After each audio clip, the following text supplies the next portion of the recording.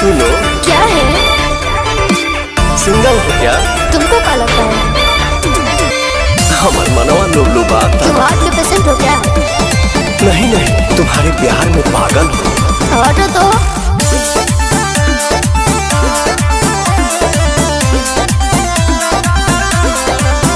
आजकल के मोहब्बत में बोल नहीं थे, दिलवा हमार बसतल नहीं थे। मुझे तुमसे प्यार हो गया है, तुम्हें क्या चाहिए? कुछ नहीं। सोना चाहनी लेबू की रुपिया लेबू हो, दिल में जगह दे